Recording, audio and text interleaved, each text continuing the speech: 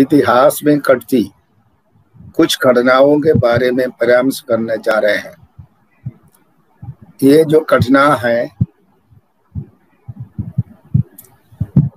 आज से 4000 साल के पहले संसार में हुई घटनाओं की एक परंपरा के बारे में बोलना चाहता हूँ। विश्व के प्रसिद्ध किताबों में इसका परामर्श मिलता है। विश्व विज्ञान कोश कई भाषाओं के, अंग्रेजी में, मलयालम में, हिंदी में और विश्व के सभी साहित्यिक प्रसिद्ध भाषाओं में ये घटनाएं परामर्शित है। इसलिए मैंने इसको 10 इंसिडेंट्स या 10 घटनाएं दी है। ये हिंदी में इसलिए पेश करता हूं कि कई लोगों को इस विषय का ज्ञान भारत के मेरे मित्रों को नहीं है। इसलिए इन घटनाओं के बारे में परामर्श करने के लिए मैं चाहता हूं। जैसे मैंने कहा, यह मिस्र देश में हुआ है, 4000 साल के पहले हुआ है, 4000 साल के पहले भी हुआ है। ये घटनाएं जो है, इंसिडेंट्स, इसके पीछे का कुछ रहस्य है। तो घटना घटती है का मतलब है एक साधारण सी बात तो हर दिन चलता रहता है, हर मनुष्य के जीवन में, हर प्राणी के जीवन में, और सब में कुछ न कुछ होता रहता है। लेकिन समस्त लोगों को बाधित करने वाली समस्याएं अक्सर आती नहीं है। बरसात आती है, तूफान आती है, 2 घंटे में चली जाती है। लेकिन ये 10 घटनाओं की जो परंपरा है, जो समय है, वो महीनों के अंदर चला है। एक मुख्य उद्देश्य के रूप में उस घटना को मिस्र देश या फरो के देश में हुई घटना के रूप में ग्रंथों में परामर्शित है। फरो कौन है? फरो राजाओं का एक समूह है मिस्र देश में। उन दिनों फरो कहने का मतलब है 1, 2, 3, 4, 5 जो शासन में आता है उसको फरो कहता है। वो फरो जो है परमेश्वर ही वे समझते थे। उनके ज्ञान में राजा ही सबसे बड़ा है, क्योंकि अन्न देने वाला मालिक है। फरो के देश में अन्न देने की समस्या हुई। उस समस्या का समाधान यानी अकाल हुआ फरो के देश में। एक जमाने में अकाल होने के पहले फरो के सामने एक समस्या आ गई कि उसने स्वप्न में, रात में एक स्वप्न देखा, लेकिन उस स्वप्न का अर्थ क्या है उसको मालूम नहीं हुआ। फरो के देश के जेल में बंद एक इब्रानी बालक उस समय वहां था। किसी ने कहा उसको ये ज्ञान है कि सपने का व्याख्यान देने का वर है, तो उसको बुलाया गया। तो उस लड़के ने राजा के सामने कहा कि आपने ये स्वप्न देखा, इसका अर्थ ये है कि 7 साल आपके देश में संपन्नता आ जाएगी, अगले 7 साल में आपके देश में अकाल आ जाएगा। तो इससे बचने का तरीका भी उसने बता दिया। दिव्य ज्ञान वाला वो बालक है, उसका नाम है यूसुफ। तो राजा ने फिर क्या कर दिया, उसको उसका सिंहासन पर बिठा दिया, उसके मंदिर पद पर पहुंचा दिया। तो वो कथा तो उसी के बाद सालों के बाद हुई घटना यहां परामर्शित है। तो फिरो के देश में लाखों की संख्या के लोग इब्रानी देश के थे, वे हम गुलाम जैसे काम करते थे। इस गुलामी से छुड़ाने के लिए इब्रानियों के परमेश्वर ने उनके उधर के एक लड़के को चुन लिया और उसको ये आज्ञा दी कि तुम सीधे जाकर फरो से कहो कि इब्रानियों का राजा कहता है कि परमेश्वर कहता है कि मेरे जनों को आराधना के लिए भेज दो। तो यहाँ की समस्या आराधना है। आराधना, तब फारोही राजा था, वो भी देव भी था, उसकी ही आराधना करता था। वो उधर के सबसे बड़े थे, लेकिन उसको सेनाओं का यहोवा या इब्रानियों का यहोवा सुनकर उसने हंसी उड़ाते हुए उस लड़के से, वो कोरा लड़का नहीं है, वो उम्र में बड़ा है, उसका नाम है मूसा है, फरो को भी मूसा को मालूम है।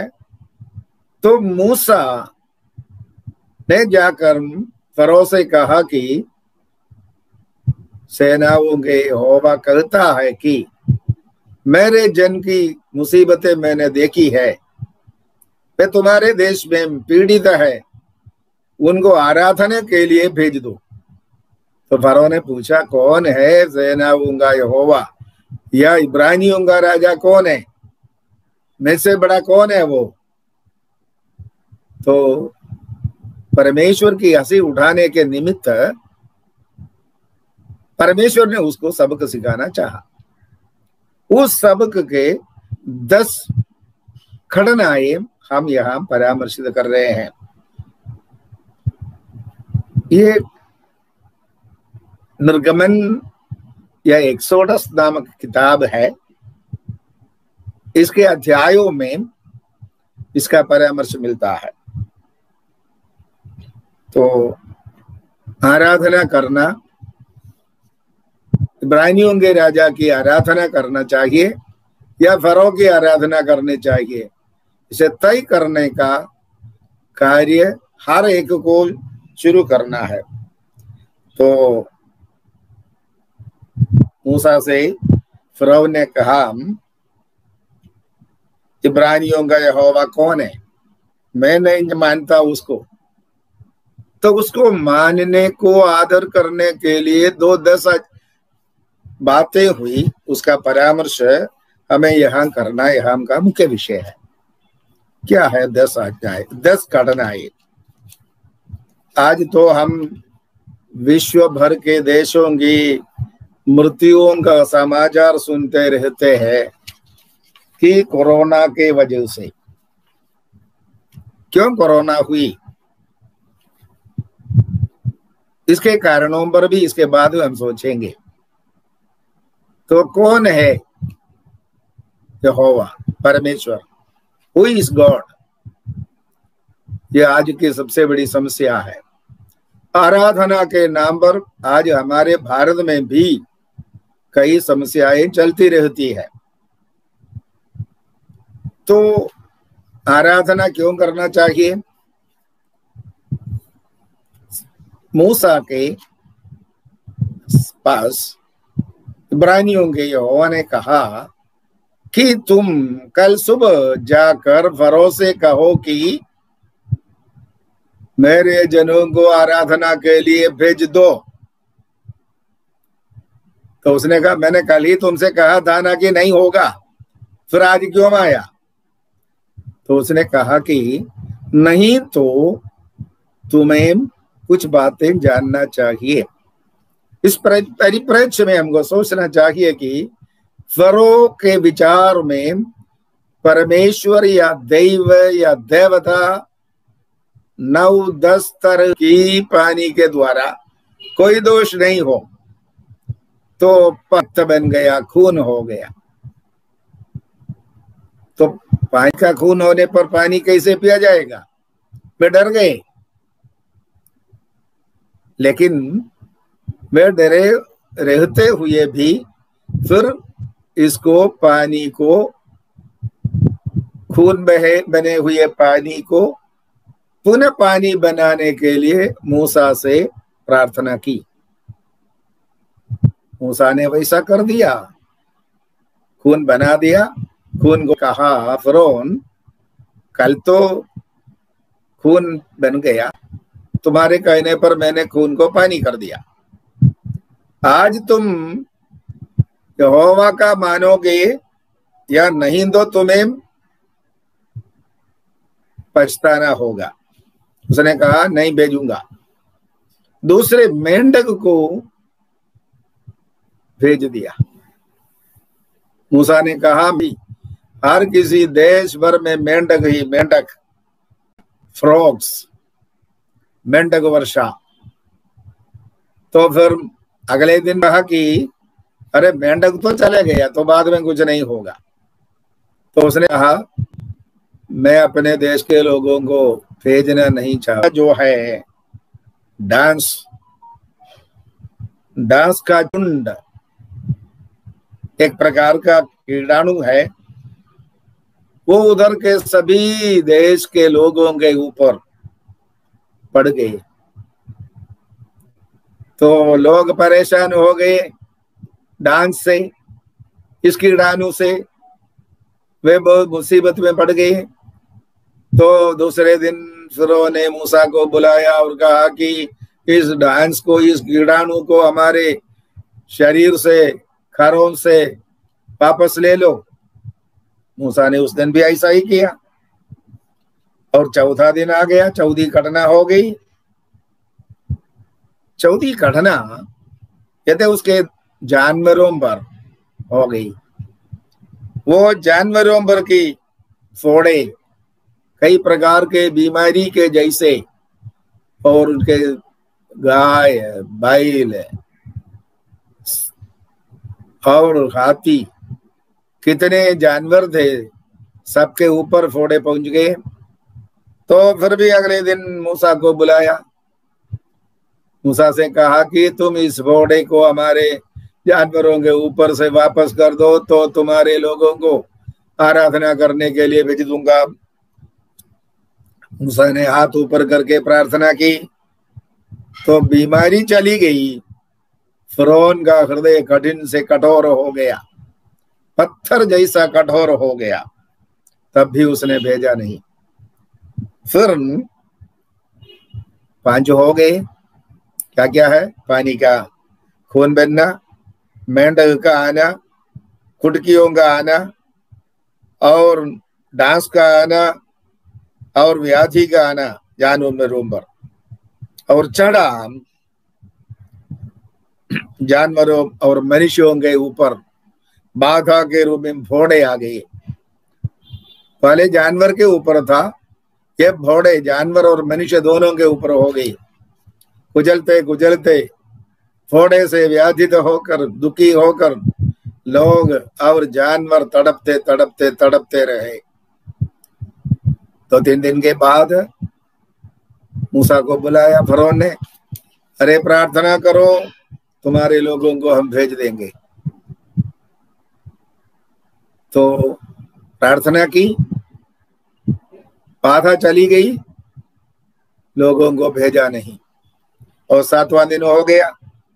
7वीं घटना, ये तो कुछ कठोर होने वाला है। आकाश से गर्जना, तूफान और ओले बरसने लगे।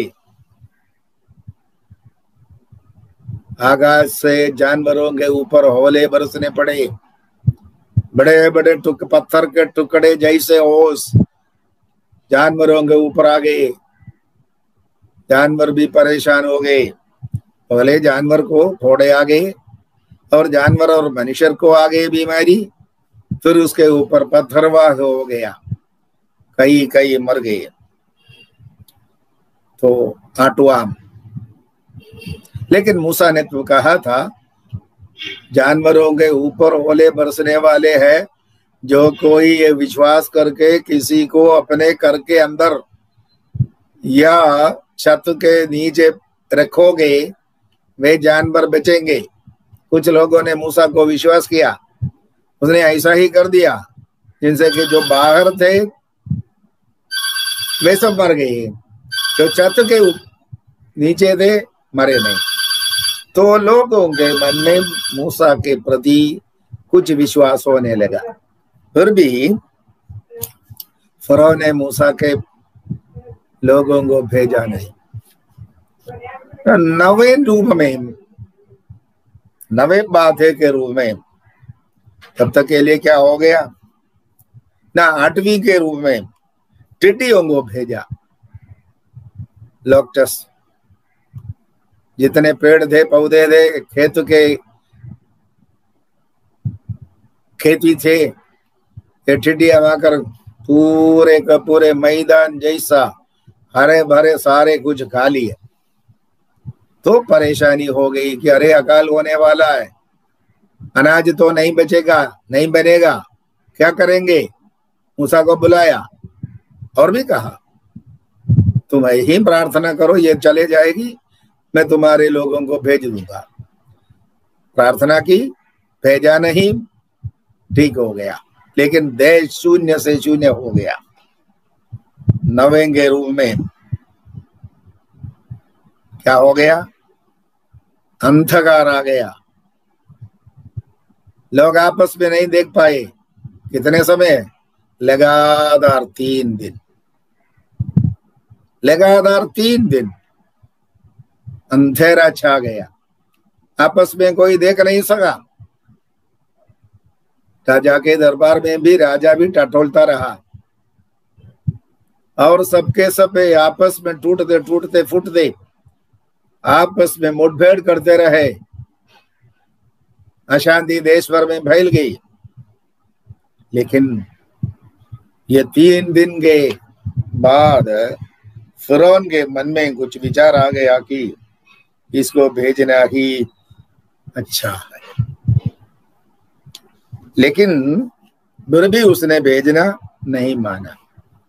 लेकिन अभी तो नवाम हो गया, अंधेरा 3 दिन का। एक बात याद रखना, मूसा और उसके जन लाखों लोग दूसरे एक जगह में रहते थे जिससे कहते थे गोशन देश। वहां अंधेरा नहीं, वहां ये पथरवा नहीं, वहां ये कोई समस्या नहीं। तो मूसा के लोगों के पास समस्या नहीं, फरो के पास समस्या है। इतने में 9 घटनाओं के बाद में मूसा के कहने को मानने का विचार फरो के मन में आ गया। लेकिन 10वीं घटना जो आने वाली है उसका परामर्श मूसा ने किया नहीं। यहोवा ने मूसा से कहा तुम अपनी सुरक्षा के काम करो, तुम सब अपने अपने जानवरों में से 1 साल उम्र वाली किसी गाय को या उसके बछड़े को ले और उसको वध करके भोजन तैयार करके रोटी के साथ खाना। और उसके वध, जानवर के वध करते समय उसके गले खोंटते समय, चाकू से चीर फाड़ते समय जो खून निकलेगा, वो खून आपके घर के चौखटों पर, दरवाजे के चौखटों पर ये खून लगाना। इस खून के लगाते वक्त याद रखना कि इसके अंदर कोई संहार नहीं होगा। यहोवा अपने दास भेजेंगे तो वो देखेंगे ये लाल खून जहां पर है उधर को छोड़कर मिस्र देश के सारे घर में एक बड़ा अनर्थ होने वाला है। वो 10वां अनर्थ के पहले मूसा और उसके लाखों लोग मैं परमेश्वर के कहने के अनुसार तैयारी करते रहे। और 10वीं क्या हो गया कि उस रात में जब आधी रात हुई उसी समय फरौन के देश के पहला बच्चा, लड़का, जानवर का पहला बच्चा जो कैद में है उसका भी पहलौठा, यानी लाखों का संहार एक रात में पुत्र नाश, पुत्र संहार फरो के देश में हुआ। आधी रात के समय लोगों ने आकर और मूसा को बुला करके कहा कि तुम चले जाओ, यहाँ से अपने लोगों के साथ जाओ, सबको ले जाओ, और जाते वक्त तुम ये हमारा गहना ले लो, हम अच्छे अच्छे पोशाक ले लो, जितने अच्छे अच्छे चीजें थे भेंट के रूप में उनको दे जाकर उनको जल्दी से जल्दी फरौन ने अपने देश से जाने की आज्ञा दी। इसके बाद की घटना कहना बाद में होगा, लेकिन ये 10 घटनाओं पर विचार करना मेरा काम है। क्यों ये 10 घटनाएं हुई? सिंपल थिंग, सामान्य सी बात है। कौन है यहोवा? Who is Almighty God? I am everything in this Pharaoh's kingdom. ये विचार, मैं ही सब कुछ हूं, दूसरा कोई परमेश्वर है ही नहीं है, तो उसको सिखाना था। और हम सोचेंगे फरो के देश के देव देवताएं क्या क्या थे? एक पानी की देवता, पानी की देवता नहीं है, परमेश्वर है सब कुछ, इसलिए पानी को खून कर दिया। दूसरा, मेंढक को वे परमेश्वर मानते थे, देवता मानते थे, तो मेंढक करोड़ों को देश में कर दिया।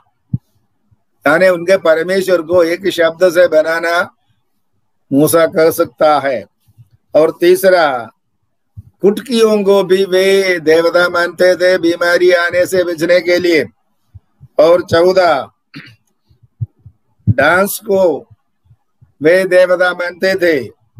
और जानवरों के ऊपर आने वाले व्याधि से बचाने के लिए वे बीमारी की देवता को पूजते थे। और फोड़े, जानवरों पर आने वाले से बचने के लिए फोड़े के देवता। यानी हर चीज को, आकाश के गर्जन को, आंधी को, तूफान को वे परमेश्वर मानते थे। पेड़ को परमेश्वर मानते थे और सूरज को परमेश्वर मानते थे, जिससे कि 3 दिन का अंधकार हो गया। यानी फरो के परमेश्वर सूरज को 3 दिन प्रकाशहीन करने की ताकत रखने वाला परमेश्वर ही परमेश्वर इब्रानियों का परमेश्वर है। इस प्रकार साबित किया कि हे, तुम्हारा देवता जो है वो देवता नहीं है। आराधना किसके साथ करना चाहिए? जिसने इस प्रपंच की सृष्टि की, याद रखना, जो कोई सूरज की वंदना करता है, याद रखना कि सूरज को परमेश्वर ने सृष्टि की। यहोवा की सृष्टि की चीज है सूरज, जो आकाश में लाखों लाखों साल के पहले से शोभायमान करता रहता है। उसकी रचना परमेश्वर ने की। जिसने इसे की, उसके कहने के अनुसार वो मानेगा, उसके कहने पर वो अंधेरा हो जाएगा, उसके कहने पर वो प्रज्वलित हो जाएगा। और यह भी कि आज के हाल तो हम समझे, सूरज उदय होता सदा रहता है। इसका मतलब है अब तो भारत में सायब काल के 1 बजा है।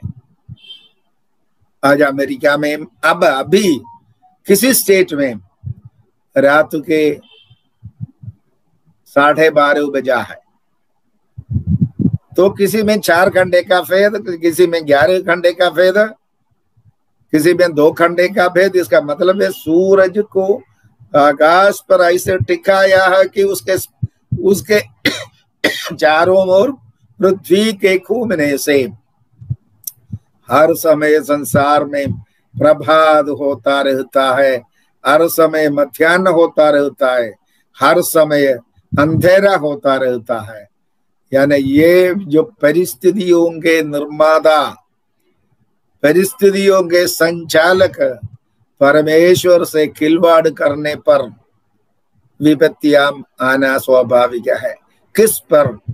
जो सृष्टिकर्ता को, रचयिता को मानता नहीं, उसके ऊपर व्याधि, आधी, बीमारी आना परमेश्वर की योजना है।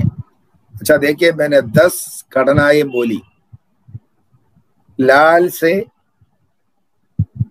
पुत्र संहार में खून बहाना तक,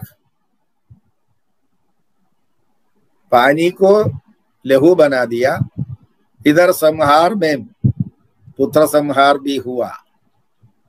यो याद रखना, हमें प्रकृति के नियमों का पालन करना ही चाहिए। प्रकृति शब्द का अर्थ प्रकृति को बनाने वाला परमेश्वर है, रचयिता है, सृष्टा है। ये भूमि अपने आप नहीं बना है, इसको बनाए हुए सर्वशक्तिमान परमेश्वर है। ये जानो या न जानो, मानो या न मानो, ये व्यक्ति पर आश्रित है। तब कोरोना क्या चीज है? मेरे विचार में ये 3 दिन की अंधेरा हो रहा था ना, दुनिया भर में ये अंधेरा के जैसे समस्त विश्व में कोरोना की व्याधि उस समय 3 दिन की थी, लेकिन अब 8 महीना हो गया। कितने दिन रहेगा ये किसी को पता नहीं।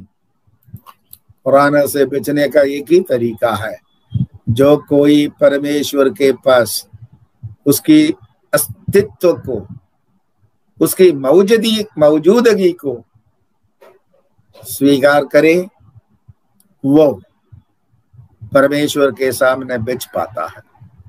और दूसरी बात, कोरोना जो है, कोई रो रहा है,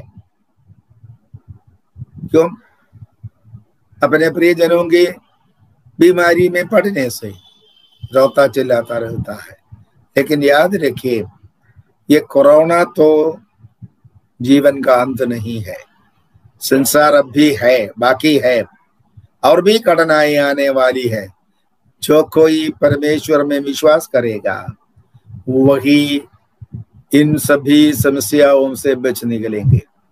अथवा बचा नहीं है, जीवन चला जाता है, जीवन के परे एक जीवन है,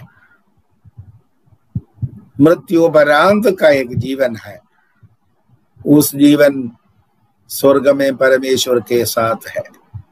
उसके लिए तैयार होना बहुत जरूरी है। हमारे बचाव करने वाला, संरक्षण देने वाला, बनाए रखने वाला, खिलाने वाला, पिलाने वाला, बसाने वाला, ये सब परमेश्वर की आशीष से चलता है।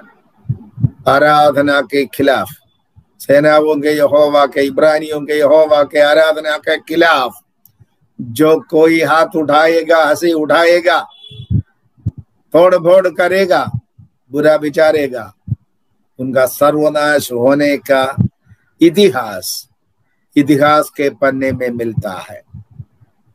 इतिहास के पन्ने में जो परमेश्वर से मुठभेड़ करने को निकला है, उसका और उसके जाति धर्म का, वंश का सर्वनाश, संहार होने का इतिहास से भरा है पूरा विश्व।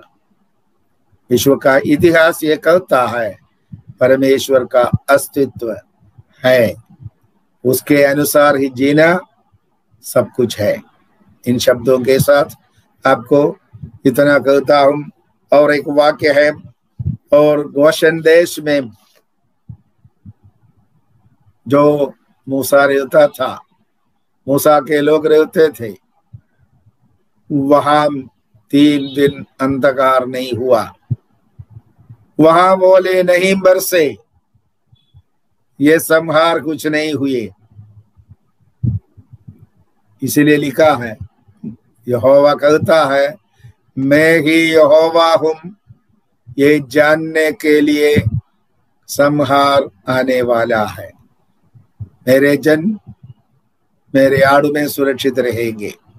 अच्छा, इन शब्दों के साथ मेरे प्यारे भाइयों बहनों, भारत के नागरिकों, परमेश्वर के अस्तित्व के खिलाफ बोलो मत, हंसी मत उड़ाओ, गली मत रचाओ।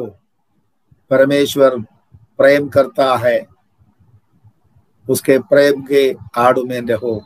उसके लिए प्रभु हम सबको आशीष दे। तू है मेरा जीवन सहारा और आसरा, मेरे लिए तू क्रूस पर मरा, कैसा अनोखा ये प्यार तेरा। Hallelujah hallelujah hallelujah hallelujah. दुनिया के महफिल में मैं था खोया, अंधियार सारा जीवन था मेरा, पापों के सागर में नैया डूबी थी, अब तो किनारा मुझे मिल गया। प्यारे मसीहा तू है मेरा जीवन सहारा और आसरा, मेरे लिए तू क्रूस पर मरा, कैसा अनोखा प्यार तेरा। Hallelujah hallelujah hallelujah hallelujah. सोचा था मैंने ये जीवन मेरा बेकार का है, गम से भरा, आने से तेरे आई बहार, जीने का मकसद मुझे मिल गया। प्यारे मसीहा तू है मेरा जीवन सहारा और आसरा, मेरे लिए तू क्रूस पर मरा, कैसा अनोखा ये प्यार तेरा। तेरी मुहब्बत का मैं हूँ गवाह, बाहों में अपनी दे मुझको पना, कैसे भूलूं तेरी कुर्बानियां, कर ना सकूंगा मैं काज़िर अदा। प्यारे मसीहा तू है मेरा जीवन सहारा और आसरा, मेरे लिए तू क्रूस पर मरा,